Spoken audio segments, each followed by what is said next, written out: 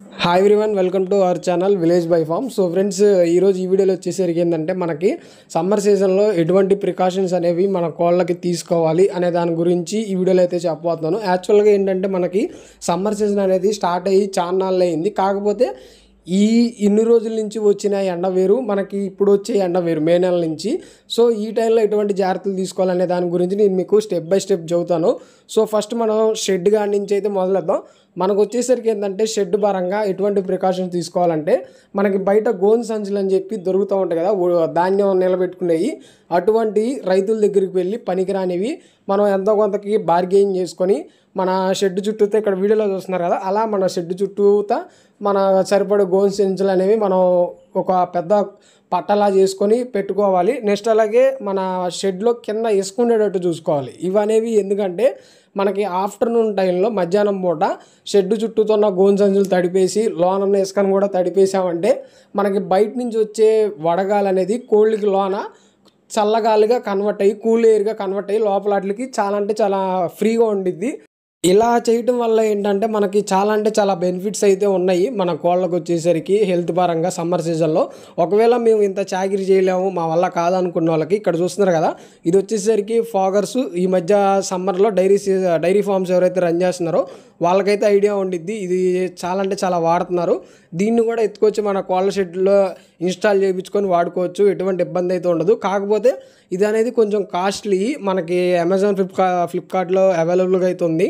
ఎవరికైనా కావాలనుకుంటే కింద డిస్క్రిప్షన్లో లింక్లు ఇచ్చాను, వెళ్ళి మీరు కొనుక్కోవచ్చు. సో ఫ్రెండ్స్, ఇదండి షెడ్ పరంగా మనం తీసుకోవాల్సిన జాగ్రత్తలు. నెక్స్ట్ ఇప్పుడు ఫుడ్ పరంగా ఏంటంటే మనకి సమ్మర్ సీజన్లో వాటికి ఏంటంటే చాలా అంటే చాలా దప్పికేసిద్ది పిల్లలకి అనేది. అలాంటి టైంలో మనం ఏంటంటే మనం మంచి హెల్తీ ఫుడ్, ఇట్లా మనం చూస్తున్నారు కదా వాటర్ మెలాను, ఈ వాటర్ మెలాన్ అనేది అందిస్తే మనకి చాలా చాలా మంచిదండి.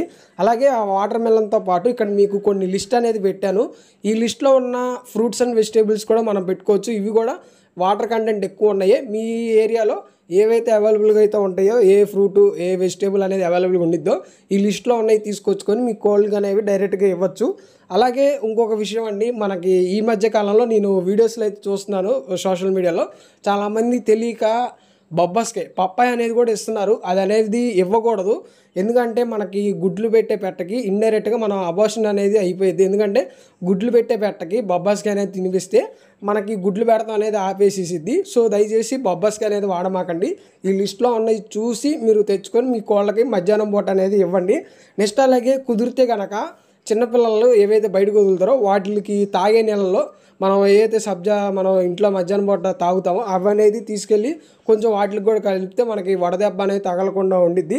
నెక్స్ట్ మీలో ఎవరైనా ఈ సమ్మర్ సీజన్లో పిల్లలు అనేది ట్రాన్స్పోర్ట్ చేస్తూ ఉంటే ఇక్కడ చూస్తున్నారు కదా, ఈ ఎలక్ట్రాల్ పొడి, ఇది అనేది ఏంటంటే అవి ట్రాన్స్పోర్ట్ చేసే ముందు 1 లీటర్ నీళ్ళల్లో 1 నుంచి 2 గ్రామ్ కలిపి వాటికి పొట్ట నిండా తాగిపిచ్చి పెట్టారంటే మనకి పిల్లలకి వడదెబ్బ అనేది తగలదు. అలాగే ఫుడ్లో కలిపించినా కానీ మనకి ఏమి కాదు, డైరెక్ట్ తినిపించినా కానీ.